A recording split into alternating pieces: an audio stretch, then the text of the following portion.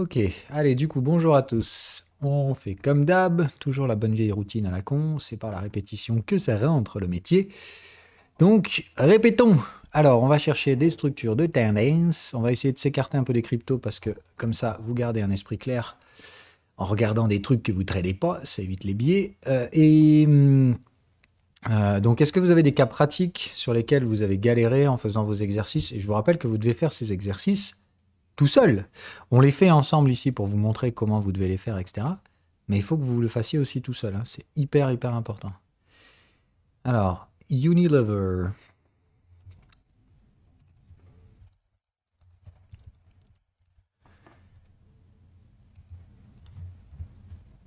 Ok. Alors, on va essayer de trouver une tendance déjà. Alors, je vais attendre que le dashboard se mette à jour. Comme ça, au moins, on va pouvoir en parler avec. Come on.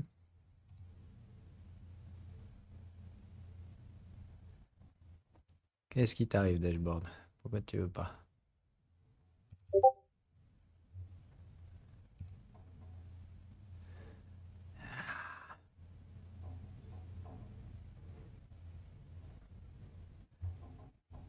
Ah, merci. Putain, ça a pris son temps. Ok. Ah merde, j'ai pas mes flèches. Alors, une seconde. Hop.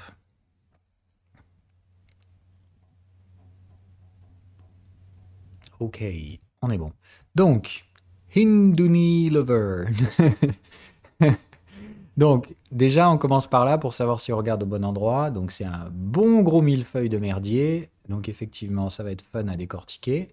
Comme d'hab, on cherche toujours les zones où il y a des oppositions. Donc, 15 minutes, ça va être intéressant. 4 heures, intéressant. Et mensuel aussi. Donc, sur quel time frame tu veux bosser? Bon, 15 minutes par défaut, on fait pas. On va éviter de trader en 15 minutes sur des actions. Voilà. On pourra regarder les 4 heures, ça peut être aussi un schéma intéressant. Mais voilà, dans tous les cas, je pense qu'il faut aller se poser sur le mensuel, c'est là que ça doit se passer. Ok, c'est là que ça se passe. Donc, est-ce que c'est une tendance? Donc là, de toute façon, à ce stade-là, on n'a pas trop de soucis. La moyenne s'est très largement installée. Donc, dans toutes les étapes de maturité de la tendance, là, on a largement passé toute la partie breakout suivi de tendance. Là, la question, c'est plutôt est-ce qu'on arrive sur le pullback? On est d'accord? Voilà. Donc la question de base, déjà, ça va être est-ce qu'on a affaire à une tendance ou à un marché excessif? Bon, là, quand même, je pense qu'il est difficile de ne pas parler d'excès. La dernière fois où on a encore travaillé les prix, c'était ici. Donc décembre 2016, et depuis décembre 2016, on enchaîne l'arrachage des contextes haussiers, baissiers, enfin acheteurs-vendeurs. Bref, on ne sait plus comment valoriser ce truc-là. D'accord?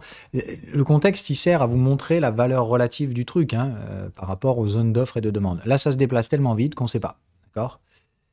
Euh, donc un truc comme ça me paraît compliqué. Donc ici, bah, toujours, marché excessif égale, faut faire de l'analyse expérimentée.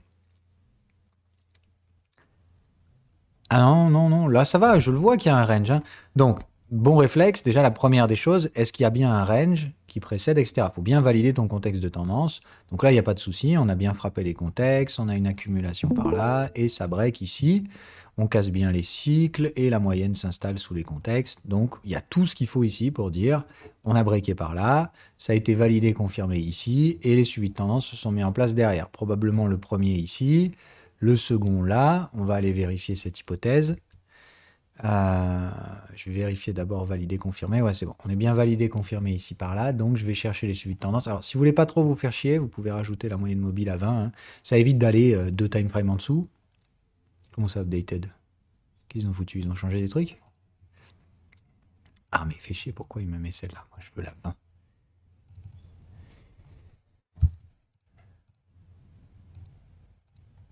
Ok, d'accord. Donc, l'avantage là, c'est que ça vous évite d'aller deux time frames en dessous, mais faites-le, hein, voilà. C'est plus de dire, au moins, je sais qu'ici, on a touché la moyenne. Et là, derrière, probablement, donc les deux suivis de tendance sont là.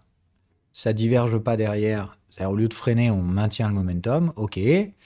Ici, on a un travail, mais clairement pas suffisant pour considérer qu'on a eu un pullback. On est très loin des clôtures sous les 50% de contexte, mais théoriquement, c'est là qu'on aurait dû avoir le pullback. Bref, donc d'un point de vue stratégique, on va dire que normalement, les prix auraient dû s'arrêter vers la zone des 1000 $. Bon, problème, on est passé par 2000, pratiquement 3000. Donc, ça demande d'analyser plus que ça. Bon, moi, ce qui m'inquiète, c'est que plus ça monte, plus le volume chute. Donc, plus j'ai l'impression que la stratégie ici, c'est plutôt la bubule que l'excès. Mais on va vérifier tout ça. Donc, on prend au niveau de breakout. On regarde la représentation du volume. Si ça veut bien venir. Pourquoi tu galères, toi? Où là, il y a des anomalies. Il y a un très gros volume là. Je ne sais pas ce que c'est, mais... Ah bah, c'est le Covid, oui. Ah, ça a rien mangé pendant le Covid, ça? Bon, faut faire gaffe. Donc après, il y aurait toujours la stratégie aussi de tendance multi-time frame, hein, c'est-à-dire dans ce cas-là, l'excès serait tout à fait normal. Ok, bon, là pour moi, c'est très très simple, très clair. C'est pas une bulle, c'est probablement donc une tendance multi-time frame. D'accord, une bulle, ça étale pas la valeur. Donc malgré la réduction du volume ici, on voit qu'il y a eu un travail de prix. Donc il n'y a pas de souci. On est probablement ici. Alors, c'est plus de dire, j'ai pas d'anomalie, donc j'arrête l'analyse ici. Théoriquement, il faudrait aller un petit peu plus loin pour vraiment s'en assurer. Mais disons qu'ici, les probabilités penchent plutôt favorablement, donc ça n'a pas trop l'air d'une bulle, ça a l'air d'un marché excessif. Donc, soit je continue d'essayer de voir s'il y a vraiment une justification, donc ici on pourrait rajouter l'analyse financière de l'actif pour regarder s'il y a bien... Voilà, bon, là il n'y a pas de souci, ok, on a bien hausse de profitabilité avec la hausse des prix. Donc pour moi, il n'y a pas de souci, ok? Ça me paraît plutôt positif et je ne vais pas aller plus loin pour dire que c'est probablement un excès. Maintenant, un excès de marché, ça peut être dû à plusieurs choses, mais principalement la cause qui vous permet en fait de justifier un excès de marché, ce qui est quand même assez difficile, d'accord? Ça peut être dû à du chaos ou un excès de demande, etc., ou des programmes de rachat, etc. C'est-à-dire que dans ce cas-là, on réduit le supply et on augmente la demande, ça fait ça. Donc il peut y avoir plein de trucs, mais bon, pour l'instant, on va surtout chercher la principale source spéculative d'excès, c'est les tendances multi-time frame. Ah ben attends. Donc, tendance multi-time frame, on est sur des cours expérimentés, donc t'es vert, si tu rames, c'est fucking normal. C'est juste absolument normal. Là, trader les excès et les tendances multi-time frame, je vais le mettre dans le contenu expérimenté parce que c'est chiant à faire, il y a plein de sources d'erreurs. Mais bon, ici, de visu, franchement, ça en a la gueule. Donc là, ça sent la fin de la hausse hebdomadaire, donc le pullback mensuel ici me semble plus que probable et il va être profond. D'accord ? Il faut que vous compreniez que les tendances multi-time frame, elles déplacent la valeur, hein, donc ça on n'y reviendra jamais, c'est pas comme une bulle. Une bulle, on reviendra ici, là c'est pas le cas. Donc vous savez déjà qu'ici on n'y reviendra jamais, ça c'est clair. Par contre, où est-ce qu'on va installer la valeur ? Probablement par là, mais vous savez pas encore. Je rappelle, ce qui permet d'installer la valeur, c'est le pullback. Le pullback vous dit, ok, on est arrivé sur la zone... Non, certainement pas ça. On est arrivé sur la zone de valeur, mais encore une fois, il faudra qu'on fasse un pullback, qu'on stabilise la valeur, et normalement, hein, en tendance multi-time frame, il y a quand même un excès final, c'est-à-dire qu'on revient chercher la TH derrière. On suit la structure, c'est juste que la tendance multi-time frame, elle accélère nique sa mère toute la tendance, elle rend donc la phase de tendance très excessive, mais le pullback sera à la hauteur. Hein. Donc, normalement, je vous donnerai 2-3 astuces, ok ? Le pullback ne revient pas chercher les pullbacks de degrés inférieurs. Donc là, je vais aller le valider, mais je pense qu'on a le pullback hebdo ici. Donc le pullback mensuel, normalement, se fera au-dessus de ce niveau-là. Voilà, bon, bref, c'est un peu la classico.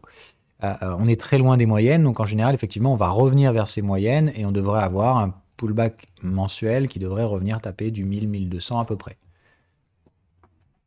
Ok, la boîte fait toujours des profits et tout ça, donc le repli aussi brutal qu'il puisse être, c'est pas une valeur qu'on vend.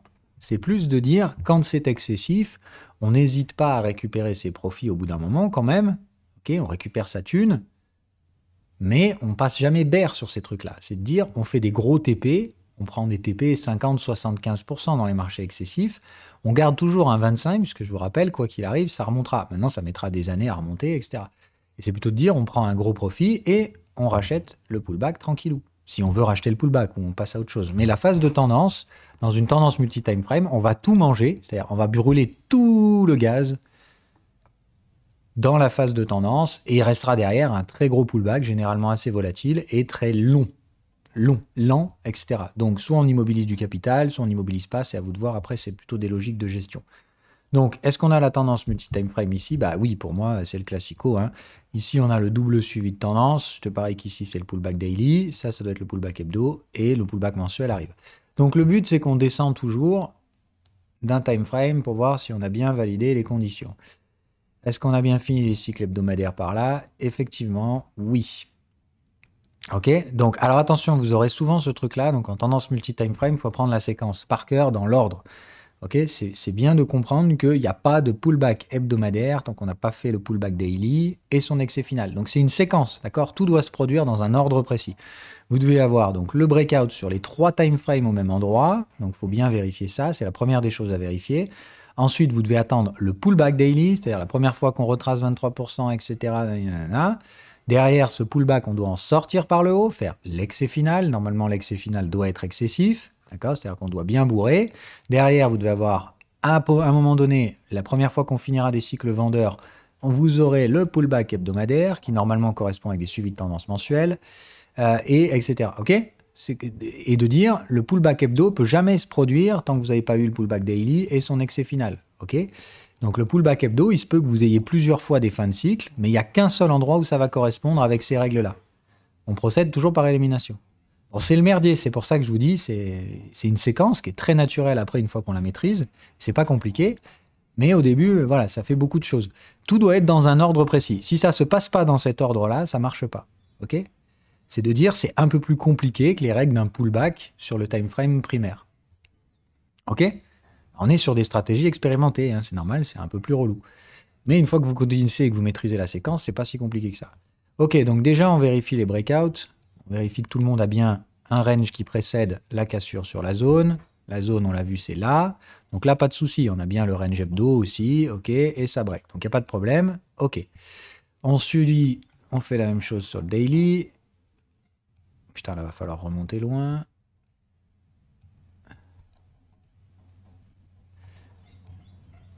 Ok, bon, on y est bien, hein, d'accord, c'est bien pareil. À quel moment on arrive à tenir durablement les clôtures au-dessus des contextes et tout ça? Ici. Donc on a bien les breakouts sur les 3 time frames. Ici, c'est normal que ça vous paraisse brouillon, hein. Enfin, que le range, il soit nique sa mère, hein. Là, on a 15 bornes de range avant de réussir à réellement installer. On a même des petits faux départs, hein.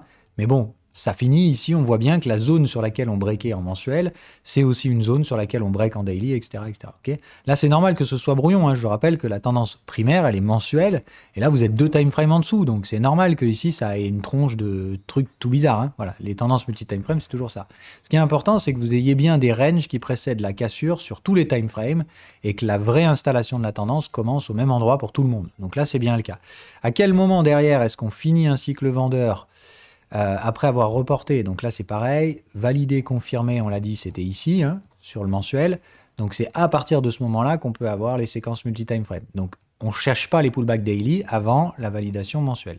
Ici, on y arrive. C'est la première fois qu'on finit les cycles vendeurs. Tutti quanti. Ok? Ça marche? Donc le pullback daily, il est là. Ça marche? Enfin, de toute façon, il ne doit pas y avoir de secret pour tout le monde. Donc le pullback daily est là. Donc pour tenir la séquence correctement, je vous invite toujours à le faire comme ça. Mettez des marqueurs. Ok, donc vous avez le premier pullback ici, c'est le pullback daily. Ok, donc à partir de là, on cherche l'excès final. Donc à quel moment est-ce qu'on sort du truc? Ici, est-ce qu'il est bien excessif notre excès final? Oui, c'est quand même plutôt pas mal. Ok, donc à partir de là, on est en excès final et il est bien excessif. Donc on peut suivre la séquence. On remonte sur l'UT supérieur. Ok, à partir de là, on regarde à chaque fois qu'on a clôturé sous les 50% de contexte, fini un cycle vendeur, etc., etc. Donc on pourrait se dire que par là en soi, on avait fait le pullback hebdo. Donc là, c'est vrai que cette séquence, elle est un peu anormale. C'est assez space.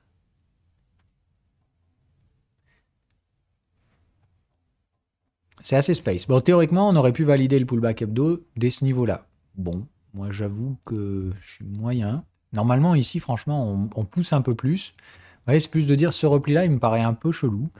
Voilà, de toute façon, il nous manque un élément ici qui est primordial, d'accord? Un pullback, c'est... Lequel élément du pullback ici on n'a pas validé? On va voir si vous avez bien maîtrisé vos structures de tendance. Là, on valide 90% des règles du pullback, on finit bien le cycle vendeur, on clôture sous les 50% de contexte, mais il y en a un qu'on ne fait pas, c'est quoi? Il y a d'autres choses à faire pour le pullback, hein. Il reste en fait une chose. Donc, il faut retracer 23% de Fibo, mais là, à mon avis, c'est fait. Donc, 23%, finir un cycle vendeur, clôturer sous les 50% de contexte. Voilà, pas de range mature, sur l'UT-1. Là, tu as un repli one shot et on squeeze direct derrière. Donc là, ici, en fait, tu aurais tous les éléments du pullback. Sauf que déjà d'une, tu retournes même pas les contextes, alors qu'il faut quand même... Enfin, c'est pas obligatoire, mais normalement, on retourne les contextes en pullback. Donc là, même la fin du cycle vendeur, donc le pullback hebdo n'est pas là, il est bien ici. C'est là qu'on a nos ranges matures, nos fins de cycle, nos retracements Fibo et tutti quanti. Ok, donc il est là le pullback hebdomadaire. C'est normal hein, que vos séquences elles soient brouillonnes. On est dans des tendances multi-time frame, donc on est sur des tendances de degrés inférieurs à l'intérieur de la tendance primaire. Mais ce qui vous permet de juger d'une tendance multi-time frame et du fait que vous allez pouvoir appliquer les gestions du risque multi-time frame, donc au lieu de trader juste sur le mensuel avec 2% de risque maximum par niveau de maturité, vous allez pouvoir ici trader les 3 time frames en même temps, c'est-à-dire 2% de risque par time frame. Donc beaucoup plus de prise de risque. Et encore une fois, on avait déjà vu ces exemples, ça rapporte une fucking blinde, cette gestion du risque, quand ça marche. Hein. On parle encore une fois ici d'un rendement au cube par rapport à ce que vous auriez en tradant juste la tendance primaire mensuelle excessive, qui plus est. Donc, c'est plus compliqué comme séquence, mais quand vous la maîtrisez bien, c'est vénère. Ok. Et donc, est-ce que ça correspond en plus avec la zone de suivi de tendance de l'UT supérieure? Bien entendu que oui, on l'a vu tout à l'heure. Donc, on est pas mal, on a bien la séquence multi-time frame qui se met en place et qui s'orchestre naturellement. L'excès hebdomadaire, donc qui se trouve ici, très excessif, on le voit, hein, puisque donc ici, au lieu de s'arrêter sur le ratio 1:1 du pullback, on démonte tout, nique sa mère. Donc là, vous savez que vous avez tendance multi-time frame. Donc ici, bah, qu'est-ce que vous faites? Vous mettez des zones de valo, etc. Enfin bref, vous mettez des objectifs graphiques que vous allez, sur lesquels vous allez récupérer des profits. Okay, c'est juste obligatoire. Moi, je vous donne en 1000 ce que j'utilise. Je prends toujours le point bas du pullback daily, tac, au point bas du pullback hebdo. Bon, on va faire là, voilà, ok. Et j'utilise des ratios Fibo, d'accord? Donc là, TP partiel en fonction des signaux, pas de signaux, ou un mini TP, on va dire ici, vous prenez du 5-10% maximum, et on ne limite pas les gains hein, dans un marché excessif. Voilà, c'est juste de savoir que proche de ces Fibo, pour avoir les yeux ouverts. Là, pareil, ici, j'aurai les yeux bien ouverts. Là, on commence à avoir les structures de take profit. Donc, encore une fois, si là, vous vous dites « Oh putain, c'est bon, j'ai pris des millions, je sors tout, je vends tout. » Non, là, c'est juste, on a pris peut-être 5-10% ici. Là, on prend 10-15 minimum de plus jusqu'à 25. C'est de dire, ici, il faut que vous ayez récupéré 50% des profits. Je pense, à peu près. Un peu plus si vous êtes vraiment chaud, mais il faut, voilà, enfin, des take profit, c'est pas non plus le moment de vous exciter. Là, si vous commencez à avoir des exits ou du bear, tu vois, c'est-à-dire carrément des signaux rouges, là oui, on se presse vers la sortie, voire on prend 100%. Mais là, voilà, pour l'instant, je dirais que dans la séquence actuelle, il n'y a pas non plus feu au lac. Voilà. Mais voilà, maintenant, vous commencez à avoir, rappelez-vous donc, une stratégie excessive, ça va acheter tous les momentum qui passent sous zéro. D'accord? Dès que ça va momentum négatif, ça chute, ça rachète. Donc là, vous voyez qu'on a mis un bon momentum. À mon avis, c'est le moment où là, voilà, faut comprendre que c'était bien cette zone-là, à mon avis. Donc là, le truc, c'est de dire ici, quoi qu'il arrive, c'est TP 100%. Maintenant que vous avez les premières baisses de prix, si jamais ça remonte ici, c'est cassos, hein. Et là, vous prenez tous les profits. Ok, la prochaine zone, là, vous êtes sûr qu'elle va être vendue. Ça vous paraît logique ou pas du tout? Voilà, là, on commence à revoir de l'hésitation dans la structure. C'est le moment où, quand même, là, il faut comprendre que la prochaine zone, c'est cassos. Et que là, bah, par contre, si vous avez des replis type troisième borne et tout ça sur les unités inférieures, c'est pareil, TP. Hein, là, il faut vraiment, à ce stade-là, moi, je pense avoir sorti 75% de la thune, quoi. Les troisième bornes, là, elles vont être vendues maintenant. Voilà, donc les troisième bornes, canal de tendance ou des trucs comme ça, là, c'est vraiment ces sur-zones-là, là, voilà, ça rebondit, ça, c'est TP, et puis vous laissez le marché derrière. Vous savez que le pullback va être vénère, hein. Voilà, le pullback sera excessif. Mais ce que vous savez aussi, c'est qu'il ira de toute façon pas retrader la zone du pullback hebdomadaire. Normalement, les séquences, vous voyez, elles se mettent comme ça. Donc votre pullback mensuel, il va probablement osciller autour de 1600, d'accord? Mais attention, ça va être, voilà, ça va être volatile. C'est-à-dire qu'en termes de balayage de prix, vous allez être sur des replis de 50 à 60%. Voilà. Mais c'est pas encore une fois un bear market. Vous voyez, la différence, c'est qu'un marché comme ça, en bulle, ça va baisser de 50-60%, ça va faire un dead cat bounce, et puis ça va cracher. Vous voyez ce que je veux dire? Un marché excessif, ça va faire tac, tac, tac, tac, tac, tac, tac, ou pire, des fois, ça fait ça reste 3 plombs en bas, voilà, mais ça finira par remonter en excès final. C'est ça la différence. Un marché en tendance multi-time frame va installer sa valeur à moyen terme ici. Et le pullback mensuel, il est là pour stabiliser la valeur, pas renverser le prix. Alors qu'une bulle spéculative, c'est vraiment je monte n'importe comment et je vais revenir sur les zones de volume que j'avais tradées avant, aussi sèchement que je les ai quittées. Enfin, voire plus sèchement. Et en général, c'est crack, dead cat bounce, puis effondrement spéculatif et tout ce qui va derrière. Enfin, pardon, effondrement spéculatif, dead cat bounce, puis le crash, c'est-à-dire vraiment l'entrée en marché baissier directement à la suite du marché haussier. On passe d'un marché qui casse des résistances à un marché qui va casser des supports et il n'y a pas de range en haut. Hein, ça passe de haussier à baissier. Voilà la différence que vous avez sur les marchés excessifs.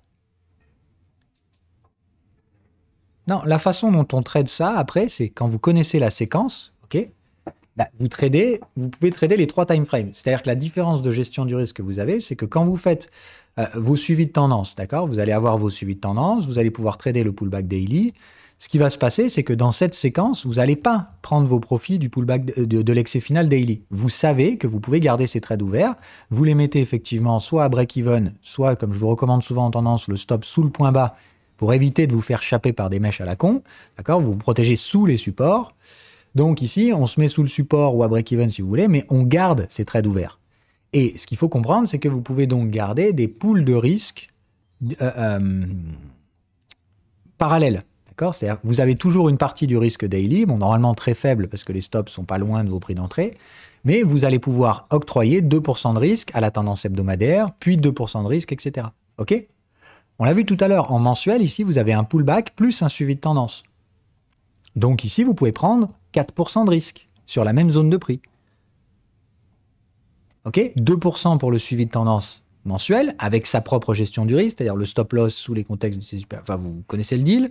Et vous pouvez prendre un achat de pullback, stop de la taille du canal de tendance sur l'UT de référence, etc. OK ?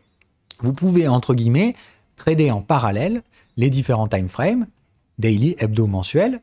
OK ? Vous allez pouvoir trader... Oh, putain, je vais pas y arriver. Non, vous pouvez trader votre daily. OK ? Vous pouvez trader l'hebdo. Et vous pouvez trader le mensuel avec chacun toujours un pool de 2% de risque en fonction de la maturité. Et évidemment, on garde les trades ouverts. Hein. Voilà. Ça veut dire que tant que vos trades ne sont pas invalidés, on empile. Qu'est-ce qui se passe ? Quand vous arrivez là-haut, quand vous prenez des profits, vous avez pris pratiquement, je sais pas, 60% de capital sur un truc comme ça. C'est un énorme trade quand vous réussissez ces trucs. Voire plus, hein. Voilà, évidemment. Tout dépend évidemment de votre capacité à prendre les positions sur les différents time frames. Si vous, au bout d'un moment, vous dites « Bon, là, je commence à être un peu moins chaud, etc. Je ne trade pas le pullback ici », c'est un manque à gagner. Voilà. Mais personne ne vous y oblige. Toujours pareil, le curseur de la prise de risque, c'est vous qui le placez. Moi, je vous donne les contextes à exploiter. Si vous ne le sentez pas, ou etc., c'est maximum 2% de risque, minimum 0. Si vous n'avez pas envie de prendre le trade, personne ne vous forcera. Mais n'oubliez pas que quand vous maîtrisez ces stratégies-là, il suffit de trouver une tendance multi-time frame et vous faites votre vie. Hein. Voilà.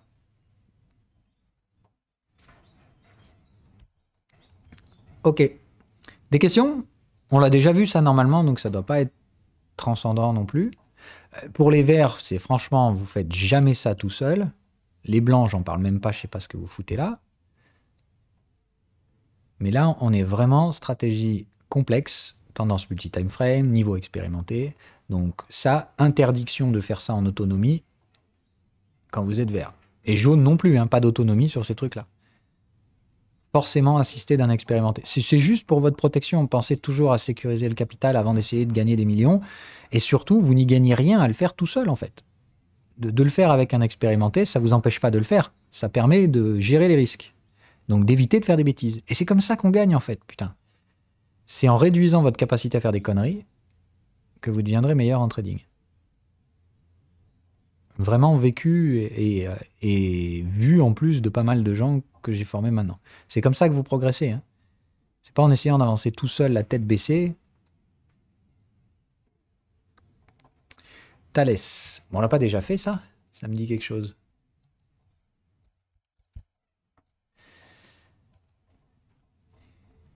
Oh bordel. Ok. On est sur un joli bébé. Ah oui, bah la défense, oui, je suis con, moi. Ok. Ben ouais. Enfin, moi, pour moi, ça paraît assez clair. Qu'est-ce qu'on a là ? Attends, je vais virer les financials, on n'a pas besoin.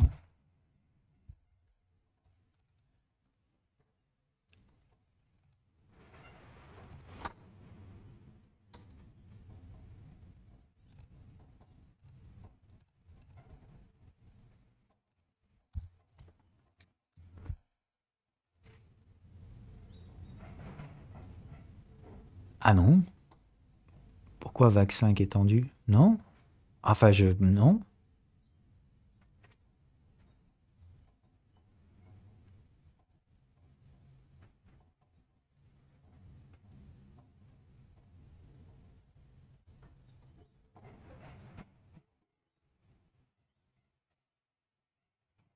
Donc là, il y a plusieurs time frames à exploiter, mais là, globalement, hein, tout est bleu, donc la gestion du risque, elle se fait très probablement sur le mensuel.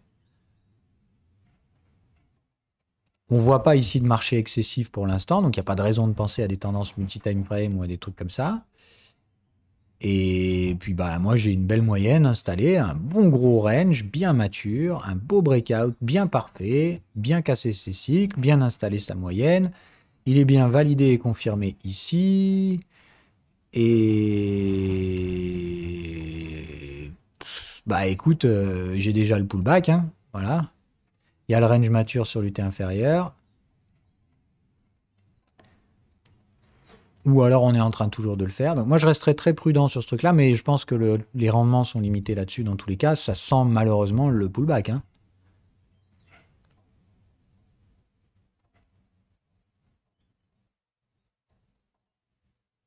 Ça sent franchement le pullback. Donc là, moi j'aurais fait très attention à la réaction de la troisième. Tu vois qu'elle réagit pas, donc je pense qu'on est parti pour faire l'excès final. Et puis voilà, hein. Donc l'excès final, vu la profondeur du pullback, c'est quand même nique sa mère. Puis là, non, c'est pas pullback, hein. On est revenu chercher le breakout. Non, non, donc là, bah, vous avez un gros classico, hein, d'un faux breakout. Donc ça, faites très attention avec ces trucs-là, hein. Oui, oui, oui, non, mais faire un TP ici, c'est clairement obligatoire, hein. Enfin, franchement, là, c'est une gestion du risque absolument obligatoire à faire. Là, moi, je ne sais pas ce que c'est pour l'instant. J'ai plusieurs hypothèses, mais là, j'ai pas une réponse. Je suis désolé. Mais là, moi, ce qui me gêne, c'est que le breakout, je le placerai par là, là. Donc, on va dire, grosso merdo. Ouais, non, on aurait peut-être breaké ici. Oui, là, on tient les clôtures au-dessus. Ça, c'est juste un petit repli.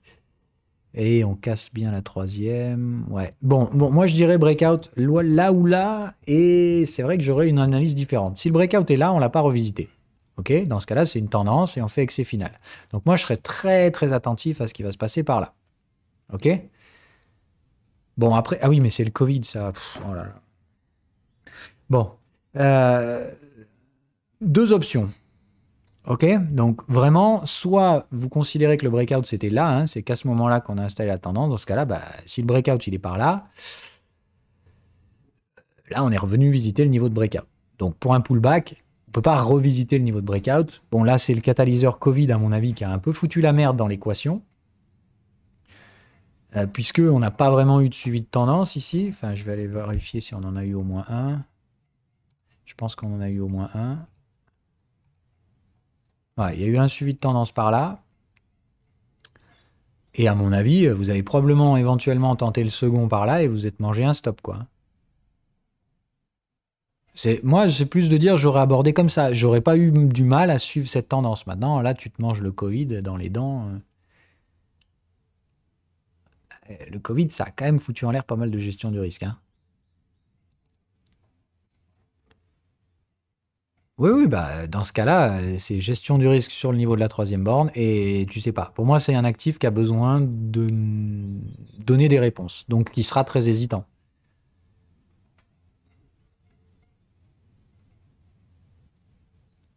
Malheureusement, j'ai pas de réponse à t'apporter là-dessus. J'ai une séquence de tendance et une anomalie assez importante. Donc là, moi, j'aurais plusieurs hypothèses. Soit on va rejeter ici et on va faire un pullback bien clair, bien profond, là, tu vois, on va bien se refaire un deuxième cycle vendeur, prendre le temps de bien consolider le support ici, ok, et ça me laissera à penser que derrière, le redémarrage de la tendance fera probablement un échec à nouveau. Tu vois, j'aurais l'hypothèse VAC 5 étendue, mais ça nécessitera vraiment, vraiment beaucoup d'éléments que j'ai pas aujourd'hui. C'est plus de dire, j'entrevois cette possibilité-là, Parce que je vois pas une hausse des bénéfices stratosphériques non plus pour Thales. Hein.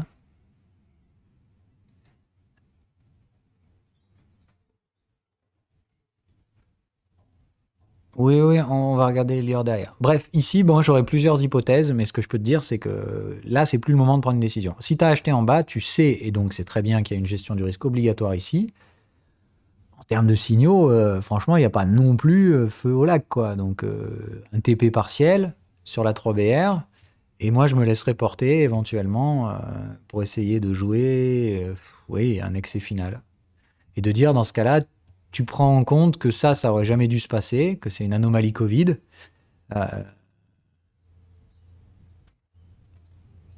Moi, je dirais ça. Tu joues une forme de divergence et tu sais que tu auras re-pullback excès final derrière. Je sais pas. Faudra suivre les bénéfices. Moi, je pense que tout se joue au niveau des bénéfices. C'est là que j'arriverai peut-être à faire la différence. Mais là, il y a clairement des anomalies de séquence. Donc, si tu waouh, waouh, no way, vaccin qui est tendu au mieux. Il n'y a pas de hausse des bénéfices qui justifie de sortir réellement du range. Enfin, c'est niet. Regarde, le range, il a une valeur relative de 32. On est en train de trader à 120. Il n'y a pas de hausse réelle des bénéfices. Euh, la marge, elle est en baisse. Enfin, non, non, non, non, non, non. No way. No way. Désolé, je peux pas, moi. Hein. Enfin, un truc comme ça, ça pue le. Je sais pas ce qui va se passer, mais ça sent ça sent que j'achète pas ici. Voilà. Pas que j'achète pas, qu'il y a un bon gros TP à faire sur la zone de troisième borne. Au moins 50% là. Garde le reste, hein. Faut pas être baissier. Mais voilà, moi je te le dis, ça me gêne beaucoup parce que ça sent l'invalidation des tendances ici, clairement. On est quand même en mensuel, hein, donc voilà. C'est vrai que moi le délire, l'Europe de la défense et tout ça, je sais pas. Je suis pas hyper chaud. Je suis pas hyper chaud. Je trouve que les bénéfices sont pas au rendez-vous. Le PE est à 24. No way. Non, non, non, beaucoup trop. Je pense que ça, on reviendra visiter justement les PER de 15-20. 15, ce sera vraiment des zones d'achat pour les entreprises qui font des bénéfices, hein, ce qui est le cas, d'accord. Mais c'est là où vous devez imaginer d'acheter. Tout ça, normalement, historiquement parlant, on achète des PE entre 5 et 10, d'accord. Mais comme là, on va avoir de l'inflation, donc stagflation, il faudra probablement donc justifier des valorisations bien plus élevées pour les actifs. Mais moi, ça, je ne paye pas. Enfin, à 25 de PER, voilà, faut quand même revenir la pied sur terre. Donc, à mon avis, attention, ça pue soit le rejet en double top, soit le faux machin, je sais pas quoi. J'ai l'impression qu'il va falloir reclarifier ce range. Reclarifier tout ça et je parierais plutôt sur un deuxième cycle vendeur à venir. Beaucoup de patience avant d'envisager d'acheter ça dans les prochaines années. Et je pense que c'est le cas. Enfin, pour moi, d'un point de vue cyclique, c'est ce qui devrait coller le plus. Je vois les bénéfices qui sont plus là, donc je vois pas pourquoi d'un coup là. Enfin, je m'attends pas à ce que d'un coup là, bam, il y a un super contrat qui me justifie de payer le truc 4 fois plus cher. Donc j'ai plutôt l'impression qu'on va se remanger un gros range et qu'après on remontera avec plutôt les thématiques guerrières, comme on l'a dit, quand on arrivera en fin de macro-cycle. Donc pour moi, c'est plutôt vers ces zones-là, là, on va dire 2026-8, que je serais chaud de jouer des tendances sur les secteurs de la défense. Vous voyez, de toute façon, elle est dans ma liste de suivi, hein, cette valeur. Mais je ne l'achète pas aujourd'hui. Hein. Bon, clairement, j'ai raté le coche, quoi. Mais c'est de dire, si tu as payé 60, tu as fait x2. Si tu fais pas un TP sur les zones de troisième borne, moi, ça me gêne. Voilà. Tu as les signaux de range ici. Enfin, voilà. Franchement, non. TP obligatoire de 50% ici. Pour réduire ton risque. Juste de dire, ça te fait un TP que tu pourras réinvestir. Hein. Voilà. Mais moi, j'attendrai que ce machin-là se décante. Ça me paraît beaucoup trop catalysé à court terme. Alors, il faudrait vraiment une raison hein, justifiée, type un gros contrat, je sais pas combien de millions. Donc, j'ai pas le temps de faire l'analyse du truc. Là, je vois bien qu'il se passe un truc, hein, mais je tablerai pas sur une tendance. Je tablerai plutôt sur une demande très spéculative.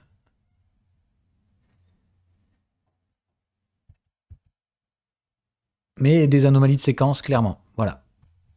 Anomalie de séquence assez nette. Avec franchement assez forte probabilité qu'on revienne, qu'on est revenu visiter le niveau de breakout. Et dans ce cas-là, moi je tablerai sur une séquence alternative. Voilà. Je pense pas que ce soit motivé par de la demande, ça. Je pense que justement, c'est motivé parce que ça distribue des dividendes, donc il y a un excès de supply. Enfin, pas excès de supply, mais il y a un supply bien dilué, bien lourd. Donc voilà, enfin, je analyse plutôt expérimentée ici, mais je tablerai plutôt donc sur une structure alternative de tendance pour ces trucs-là. Donc jusqu'à nouvel ordre, prudence, hein, ça veut dire que les sentiments bullish, l'exploitation des tendances haussières dans les structures alternatives, c'est pas préjudiciable, c'est-à-dire que normalement vous ne prendrez pas de stop loss, mais si vous vous exposez pas correctement, que vous mettez des stop loss trop serrés, vous allez vous faire dégommer. Parce que ces structures-là, elles ressemblent à des ranges haussiers, d'accord? Donc il y a des retracements très brutaux, très puissants, etc. Ça vous prend violent à contre-pied, mais ça reste haussier. Vous voyez ce que je veux dire? Donc ça veut dire que si tu es trop bear, c'est débile, faut quand même laisser poursuivre les bénéfices, mais si tu es trop bull, c'est une énorme connerie parce que tu vas perdre tous tes gains. Ça marche? Mais en attendant, tu prends 2% par an de dividendes, hein. Donc faut pas non plus négliger ça, quoi. Non. Ça n'a rien à voir. BTC, on n'est pas du tout sur de la vague 5 étendue. BTC, c'est l'inverse. On n'est pas en excès de supply. BTC, il n'y a pas de supply. Il n'y a rien. C'est que dalle. BTC, ça va partir en bulle. C'est obligatoire. À la moindre demande, ça va partir en couille. Et puis si en plus ça devient spéculatif, je te raconte pas le merdier. Enfin, en bulle, c'est pas obligatoire. Mais en tout cas, ça va clairement bourrer sa mère. Et ça sent la tendance multi-time frame, en fait. Bon, ça, je vous ai déjà fait le truc. Bref, Bitcoin, c'est la même séquence que ce qu'on a vu tout à l'heure. Hein. C'est pas faute de vous l'avoir fait. Et je vous dis, je suis navré, mais j'ai une confiance extrêmement forte dans ces actifs. Et je pense qu'on est qu'au fucking début, quoi. Enfin, on a breaké 3 time frames ici. Là, on a le suivi de tendance daily. Enfin, on a le pullback daily. On est encore loin de la fin. Putain, ça va bourrer nique sa mère. On fera le pullback hebdo. Et ouais, mais attention, hein, je vous dis, c'est pas non plus 1 million aujourd'hui. C'est vraiment, on risque d'aller à 100 000 grand max, de faire le pullback hebdo. Bref, ce que vous avez vu tout à l'heure, quoi. Mais le pullback hebdo, à mon avis, on le fait pas avant 2024, quoi. Moi, je table sur ça. Hein, le Major Cycle End, c'est vraiment là où, à mon avis, on monte. Voilà, je sais pas ce qu'on fout ici déjà, je comprends pas pourquoi on n'est pas là-haut. Ouais, normalement, on devrait se faire le cycle correctif par là. Voilà, moi je pense qu'on devrait repartir très vite sur Bitcoin. Peut-être que je me trompe, c'est vraiment une question de timing. Dans ce cas-là, on va végéter ici pendant 3 plombes, mais on ne pourra jamais finir un cycle vendeur. On va remonter ici, ok, on finira celui-là de cycle, on aura le pullback hebdo. Je sais pas, voilà, tout ce que je sais, c'est qu'on fait le pullback daily, le pullback hebdo sera forcément plus élevé que ça. Donc, moi, les yeux fermés, hein, j'y vais, je suis navré. Voilà, j'aurais peut-être tort, mais oui, j'ai 70% de mon capital en crypto et ça me fait franchement pas peur. Vous avez d'autres questions? D'autres exemples? Ah oui, il y en avait un autre que j'ai pas vu. Elior. Attends. Il y a 2 L? Ou pas? Non. Ah mais pourquoi j'ai Elior? Ah oui, c'est du français aussi. Ouf. Yeah. Ok, c'est quoi? Ça doit être de la biotech, ça? Ah non, restaurant. Boy. Ok. Bon, alors, le milieu de la restauration, à mon avis, ça va se faire disrupter vénère. Donc voilà. Bon, bah, qu'est-ce que c'est que ça? Alors, déjà, bon, on commence dashboard. Il faut que vous ayez ce réflexe. Hein. Avant de chercher à analyser, regardez ce que vous avez devant les yeux. Donc là, c'est all fucking red. Donc déjà, jouer des achats là-dedans. Good luck. Ça veut dire que tu es en train d'essayer d'acheter un truc qui baisse. Ça commence quand même mal. Non, pas 90, 70 en crypto, j'ai dit. Pas plus. Bah, 70, je trouve ça déjà vénère. Hein. Enfin, c'est hyper orienté, quoi.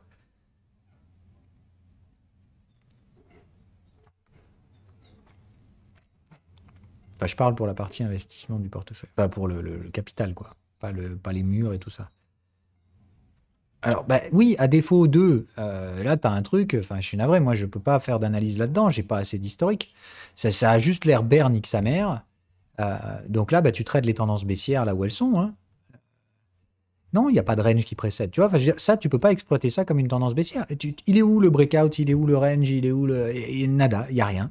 Donc là, tu as un machin qui a fait haussier, baissier, t'attends. Voilà, à défaut, tu appliqueras la stratégie nœud. Mais là, si tu me mets des stratégies de tendance là-dedans, ça va pas le faire. Donc je pense qu'en daily, tu as eu des exploitations tendancielles là-haut. Voilà, là, tu as bien un range, un breakout, etc., etc. Ok. Ça marche? Là, on est bien d'accord. Ici, tu as donc ton range. Tu es validé, confirmé par là. Ça fait direct un pullback en plus. Enfin non, ça tient pas les clôtures sous les 50% de contexte. Donc là, non. Et là, ton pullback. Voilà, là, tu as le pullback. Et du coup, là, excès final. Voilà, donc ce truc-là, aujourd'hui, il a fini sa séquence. Ici, là, il avait fini son truc. Et aujourd'hui, bah voilà, tu t'en manges encore une. Enfin, tu vois ce que je veux dire, c'est quand même assez... Je sais pas, j'ai pas de séquence, moi, dans ce truc-là. J'avais un schéma de tendance complet ici. Tu vois, là, tu as vraiment une séquence baissière. Ça, c'est... Ah bah ça, c'est le Covid, je suis con. Voilà. Mais tu vois, en tout cas, chercher à acheter ce truc-là, voilà, tu passes ton tour. Qu'est-ce que tu veux essayer? C'est du reverse. Au mieux, là, c'est plus de dire, je vais acheter un épuisement vendeur. C'est-à-dire quand il n'y aura plus aucun intérêt. Enfin, plus de dire, moi, je me positionnerai acheteur dans un truc comme ça, quand je sais que le mec qui vend, il fait de la merde. C'est plus que je vais me poser contrepartie spéculative d'un mec qui vend n'importe comment. Tu vois ce que je veux dire? Mais ça reste de toute façon acheter un marché baissier là pour l'instant. Donc c'est hyper compliqué. Faut pas du tout chercher à faire ça. Jamais. D'accord? Ça c'est reverse égale expérimenté. Et puis pourquoi tu voudrais trader en reverse? Si tu as une vraie bonne raison d'acheter ce truc-là et de le mettre en portefeuille, why not? Mais dans tous les cas, c'est un expérimenté qui va te driver là-dessus. Tu peux pas faire ça tout seul. Mais pourquoi acheter un truc pareil? Ah! C'est con, mais si tu mets de la thune sur un actif, il faut que tu sois capable de me mettre sur une feuille, noir sur blanc, pourquoi tu le fais. On a la même stratégie, donc normalement, je dois être capable de comprendre intégralement ce que tu dis. Donc, prenez cet exercice-là, surtout quand vous mettez du capital. Prenez 5 minutes, il n'y a jamais d'urgence. Enfin là, on parle d'acheter un marché en daily ou je sais pas trop quel time frame tu as dû acheter. Mais moi, je me gratte la tête pour savoir lequel tu aurais payé parce que j'en vois aucun que tu aurais pu acheter concrètement. Là, en reverse, on arrive sur les zones où effectivement ça commence à devenir très con de vendre ici. Donc je ne sais pas qui fait l'option de vendre ici, mais c'est très con. Donc on arrive sur les zones où oui, je pourrais moi commencer à travailler en reverse. Mais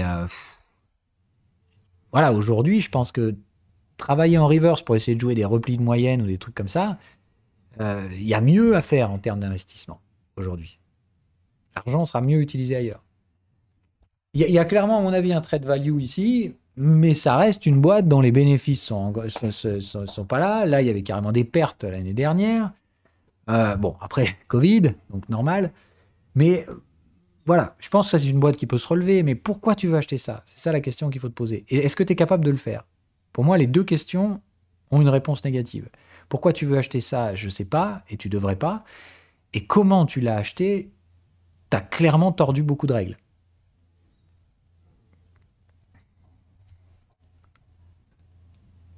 Non, ça n'a pas de structure, c'est un range, c'est tout.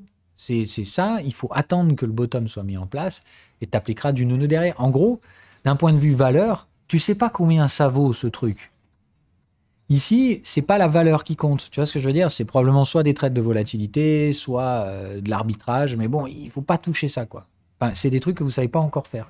Moi, je dois d'abord vous apprendre à apprécier la valeur et comment on spécule avec la valeur. Après, il y a plein d'autres trucs, la volatilité et tout ça. J'en ai plein des trucs à vous apprendre si vous voulez, mais chaque chose en son temps. Ok?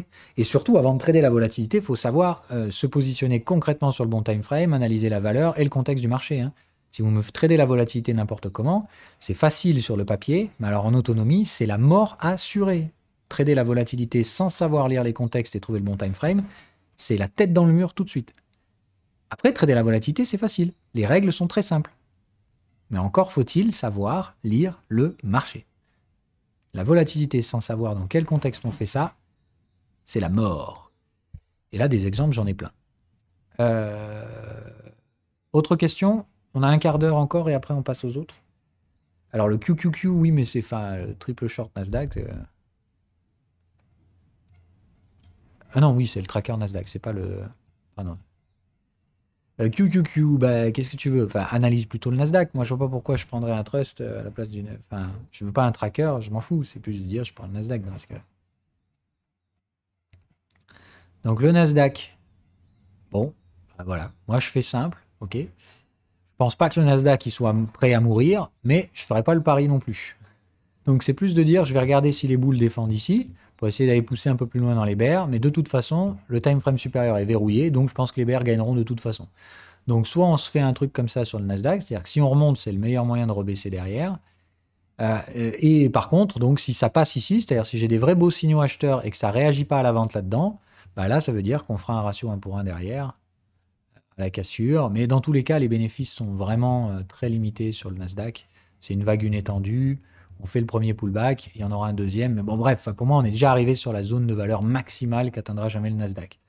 Donc, le problème du Nasdaq, c'est ça, d'accord? C'est que là, ça, c'est pas une tendance. Et c'est pas une tendance multi-time frame non plus. Ça, c'est... Enfin, si, il y a une séquence multi-time frame. Mais du coup, on va se manger un gros pullback. C'est ça qu'il faut comprendre, ok? Donc, normalement, on ne peut pas revenir dans cette zone-là. Donc, le Nasdaq ne reviendra pas en dessous des 8000 points. Mais par contre, 10 000, je pense qu'on va les faire, quoi. Donc, je ne sais pas si on a déjà fini le machin et qu'on va se manger une quenelle, en accident sur des grosses valeurs comme Apple, etc., des effets collatéraux, ou si justement on va finir cette séquence de tendance, vague une étendue, on se termine ça. Bref, est-ce qu'on va prendre le temps de terminer les séquences sur les UT inférieures, ce qui est normalement ce qu'on fait, d'accord? Mais dans tous les cas, il faut savoir que là, le risque, il est énorme, hein. Voilà. C'est vraiment énorme.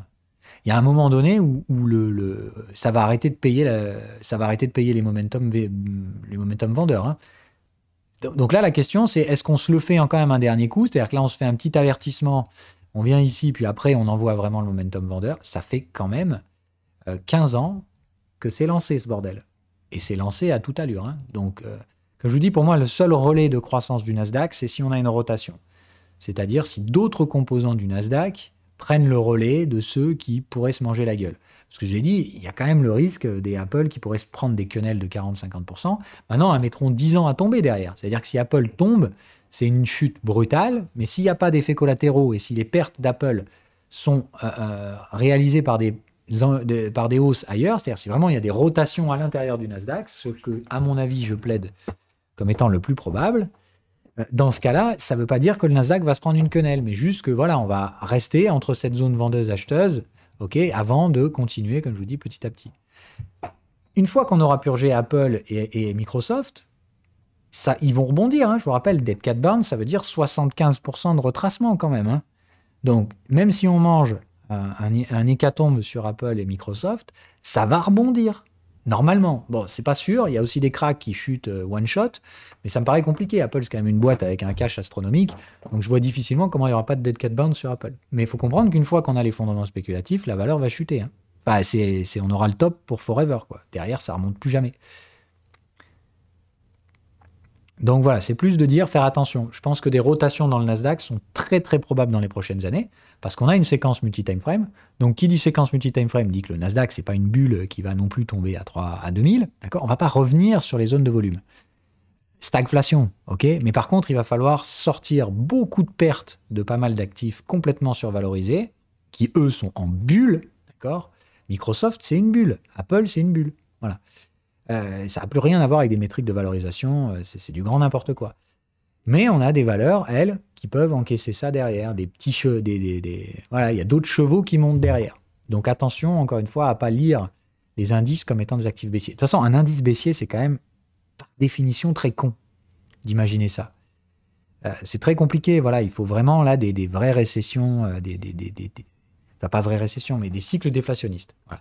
Et pour moi, la déflation, si on l'a, 2026-28, mais pas avant. Peut-être je me trompe, mais voilà. Nvidia, non, c'est pas une bulle. C'est pas une bulle, mais c'est vénère. C'est probablement multi-time frame. Ouais, non, si, c'est peut-être une bulle. Attends, faut voir. Bon, ah non, regarde les résultats. Regarde les résultats. Bon, là, le problème, c'est que il faut se poser la question de savoir si c'est réellement exploitable derrière ce type de résultat-là. C'est-à-dire que là, c'est carrément fucking excessif. On est déjà en mensuel, hein. Mais regarde les bénéfices, quoi. Regarde les bénéfices. Ah, c'est juste furieux en termes de ratio. On est aujourd'hui à 26 milliards. 26 000 milliards? Non, c'est une virgule. Oui, ouais, c'est une virgule. Tu sais quand même.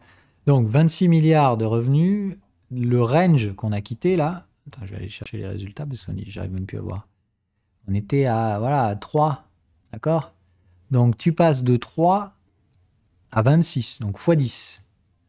Bon, après, le prix à l'époque, c'était 5 dollars. Donc x 10, on serait plutôt sur du 50, mais encore une fois, le marché price le rythme de croissance. Donc là, ça accélère, mais nique sa fucking mère. Regarde les profits. Putain, regarde les marges de profit. C'est ouf. Le profit, c'est la partie en gris là. Donc le profit net de cette boîte-là, je te mets un Apple à côté. Hein. Regarde Apple. Tu vois, Apple, ça brûle du cash, nique sa mère. Enfin, par rapport aux revenus qu'ils font, la marge de profitabilité est très faible. Donc, Nvidia, c'est une usine à cash, le truc. C'est une usine à pognon. C'est impressionnant. C'est impressionnant. Enfin, pour moi, ça, c'est une fusée lancée à toute vitesse. Tant que ce momentum-là, il se maintient, mais qu'est-ce que tu veux lutter contre un truc pareil? Tu vois, enfin, moi, je peux pas lutter contre ces trucs-là, quoi. C'est too bullish. Je vais voir les derniers résultats en plus. Ah, ça continue de monter. Enfin, nope, nope, nope. Ça ralentit pas du tout, ça. Donc, c'est plutôt, bah, qu'est-ce qu'on a comme structure là-dessus? Bah, on va essayer de voir, mais en tout cas, là, l'excès, il est carrément justifié par la hausse fulgurante des bénéfices. Maintenant, des actions qui arrivent à croître comme ça, c'est-à-dire la croissance du résultat est elle-même parabolique. Imagine le momentum, hein, voilà. Bon, là, je suis obligé de mettre en log, hein, parce que sinon, j'y vois rien, mais on a bien donc le range ici, le breakout. Ok, on est en mensuel, d'accord? Donc, on a probablement breaké multi-time frame ici, hein, c'est ça qu'il faut se dire. En tout cas, l'hebdo, c'est sûr qu'on l'a breaké ici aussi. Donc déjà, de visu, là, avec le canal de tendance, je vois bien le range hebdomadaire aussi. Hein, d'accord? Donc là, il y a bien range hebdo cassé. Donc bon, on va spoiler un peu la conclusion parce qu'il me reste que 10 minutes. Donc la question, ça va être de voir si la séquence multi-time frame, elle est là ou pas. Mais là, déjà, clairement, hein, il y a probablement des breakouts sur les 3 time frames ici. D'accord? Là, ça break tous les time frames. Le mensuel est bien breaké, nique sa mère. Ok. Donc... on serait validé, confirmé. Là, il fallait reporter combien? Il fallait reporter 8 ou 10 dollars. Donc, à vers 16 et des poussières ont été validés. Donc, largement validé, confirmé ici. Ok, donc à partir de là, on cherche la séquence. Donc, oh putain. C'était quoi la date? J'ai pas eu le temps de voir. Bon, on va dire grosso merdo, octobre 2016.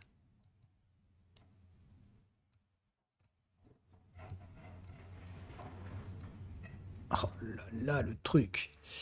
C'est funky, hein. Donc ici, qu'est-ce qu'on a? Est-ce qu'on tient les clôtures sous les 50% de contexte, range mature sur l'unité inférieure, etc. Nope! Et où le range mature là? Il n'y a rien du tout. C'est one shot et je continue. On a beau finir le cycle vendeur, là, t'as pas de travail de prix. C'est juste ça se replie, les mecs bourrent et on pète tout de suite derrière. Pas de troisième borne, etc. Cherche pas, ça c'est juste trop bullish. Là, il y a un pullback daily. Voilà. Donc là, pullback daily. Ok. Là, ça travaille le prix. Je sais même pas si on a retracé 23% ici. Tu vois, c'est de dire, il y a le travail de prix, mais il n'y a même pas les Fibos. Donc je pense que même pas là, on mettrait le pullback. Hein. Voilà, là, je dirais pullback daily. Il n'y a que là hein, que tu as un travail de prix suffisant. Parce que ici, c'est bien, hein, mais nada, quoi. Enfin,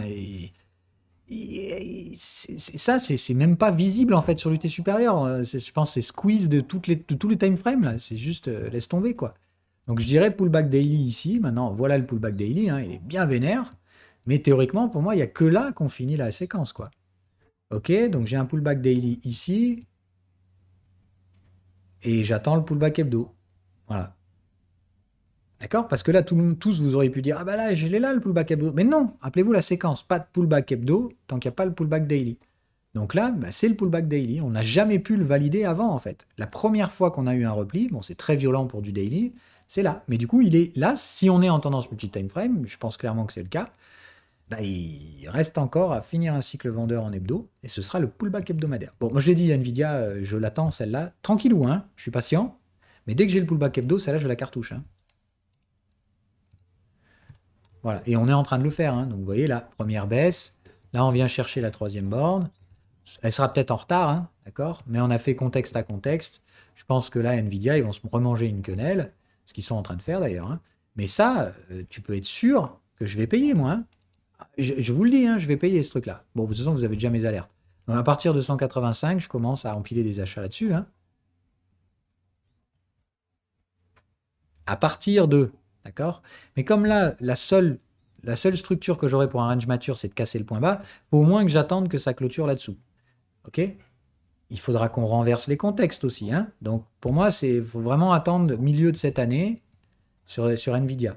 Je pense qu'il baissera en même temps que le Nasdaq, tu vois, elle se prendra une quenelle en même temps qu'Apple et tout ça. Mais la différence, c'est qu'Apple, elle rebondira pour faire un dead cat bounce. Nvidia, elle va rebondir pour t'éclater ta gueule en ATH, quoi.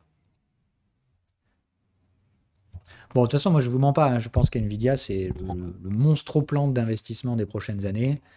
C'est le prochain Google, etc. Enfin, c'est la trempe des Tesla, etc. Je sais plus qui disait ça la dernière fois, je crois que c'est Invest Answer. Lui, il mise à attaquer sur les tangs. Tesla, Amazon, Nvidia et Google. Et je suis carrément d'accord avec lui.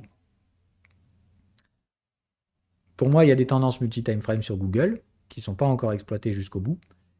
Il y a Nvidia, clairement, enfin, voilà, je cherche pas. Pour moi, c'est un truc, en 2015, on a breaké multi-time frame sur ce truc-là et c'est une fusée atomique qu'à voir les bénéfices.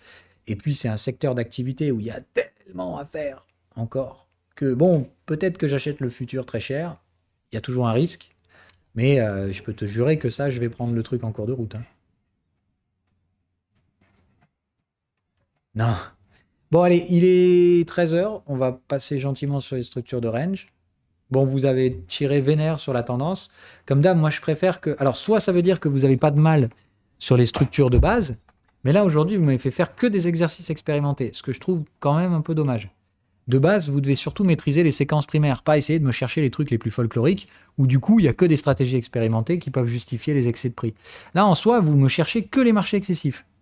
C'est bien, c'est là qu'il y a de la thune à faire, mais c'est pas là que vous devez apprendre à séquencer toutes les tendances.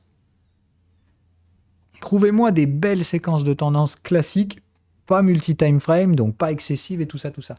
Je sais que vous voulez gagner de l'argent, je sais que vous avez l'impression de passer à côté de tout ce qui se passe, etc. Mais putain, formez-vous d'abord, quoi. Pour ce qui est du trading expérimenté, laissez faire un expérimenté. Vous, ce que vous devez apprendre à faire, c'est de l'autonomie.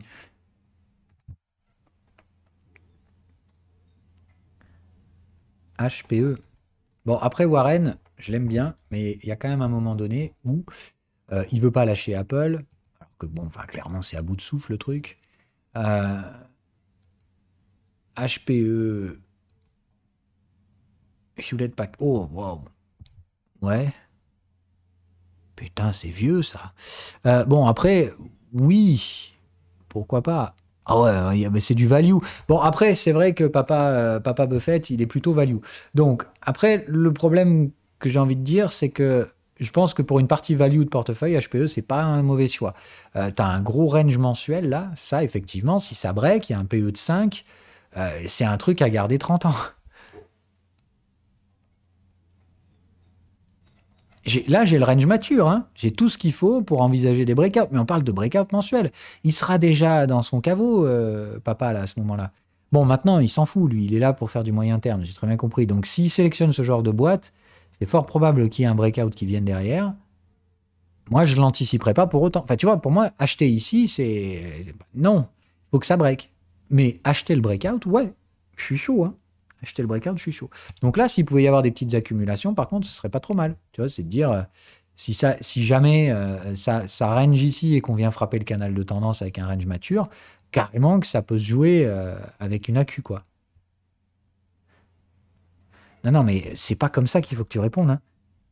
Si tu me dis oui avec les indicateurs, pas top, il vaut mieux que tu aies tort avec les indicateurs plutôt que d'avoir raison sans rien du tout, hein.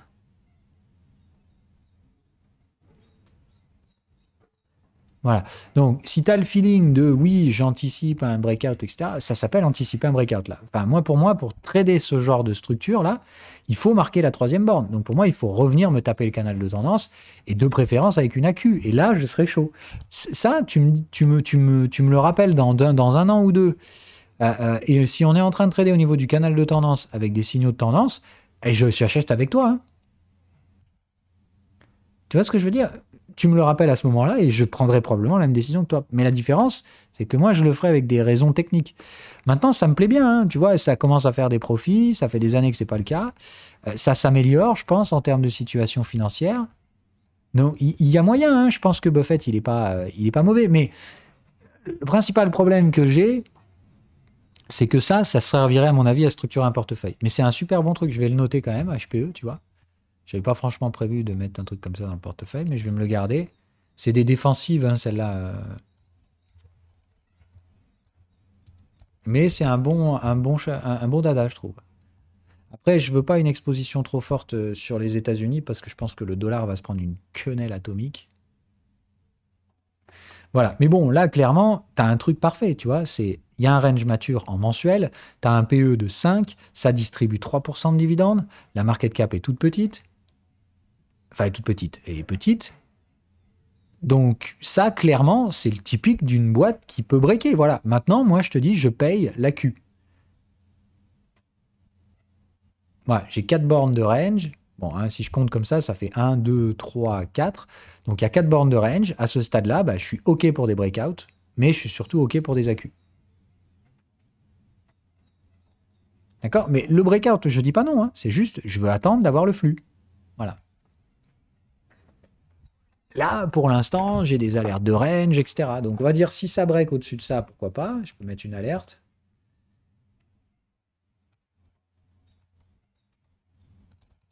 Et sinon, bah voilà, c'est plus de dire attendre que ça frappe le canal de tendance. Donc on va dire contexte hebdomadaire à l'achat.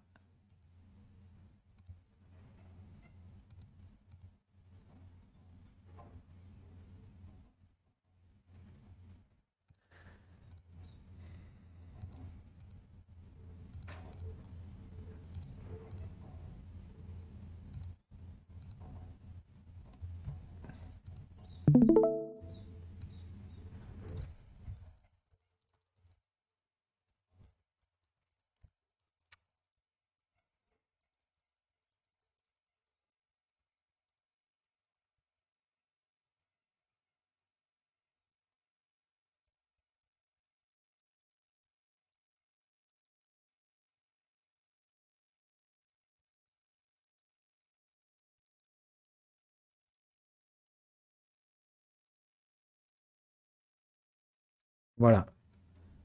Dollar down parce qu'on l'a analysé l'autre jour. Il suffit de regarder. Le dollar me paraît toujours très faible par rapport au yen, malgré ce qu'il en est des derniers jours. Donc peut-être que j'aurai tort, mais pour l'instant, je suis toujours en recherche de vente sur l'USD yen. De même que ce que j'ai vu sur l'euro dollar. Tant que ça casse pas les 1,08, ils vont essayer, mais pour l'instant, c'est pas un grand succès. Donc on va voir. Mais moi, dans cette zone bleue, je pense que c'est pas très malin.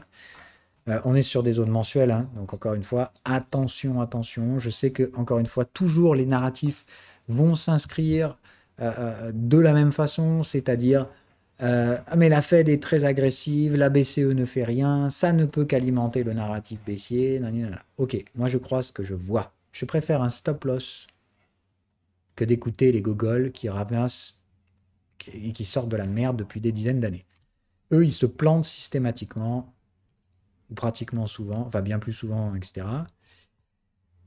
Et ce qu'ils font ne m'intéresse absolument pas. Voilà, je préfère avoir tort tout seul qu'avoir raison avec une information que quelqu'un d'autre m'a apportée. Et puis alors les informations macro dans le système financier, je peux te dire que en seulement 10 ans, s'il y a bien un truc que je sais que je suivrai jamais de toute ma carrière, c'est ces gars-là. Ce sont les gars les plus incompétents que j'ai jamais vus. Hein. Donc, avoir tort tout seul, ça me gêne pas. J'ai déjà fait et je sais ravaler ma fierté. J'en ai rien à foutre en vrai de là où il va l'euro-dollar. Juste moi, dans la zone bleue, je suis que acheteur. Terminé. Ici, au pire, je prends des stop-loss. Mais jamais tu me verras mettre une vente euro-dollar dans ces zones-là. Point.